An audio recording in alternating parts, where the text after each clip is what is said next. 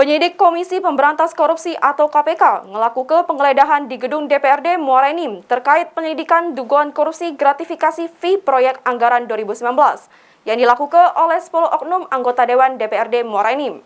Juru penggeledahan KPK amankan beberapa dokumen.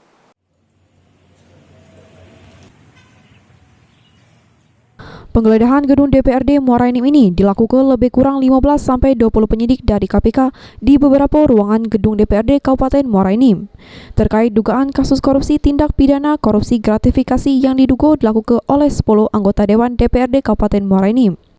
Sesudah melakukan penggeledahan, siko anggota penyidik KPK yang keluar bawa koper tapi langsung pergi pakai mobil dari gedung DPRD Muara Enim.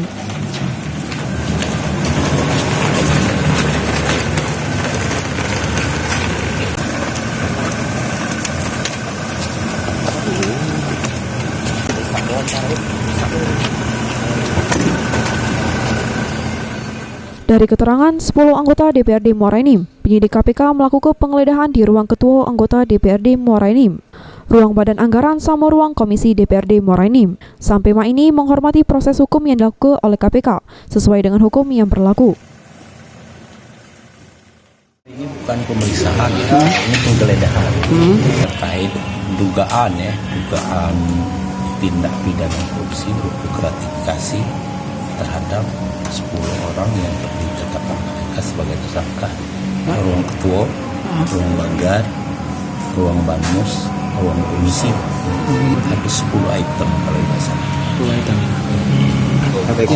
Di sekitar 20-an. Juru penggeledahan ini KPK dikawal oleh anggota Sabara Polres Muara Enim.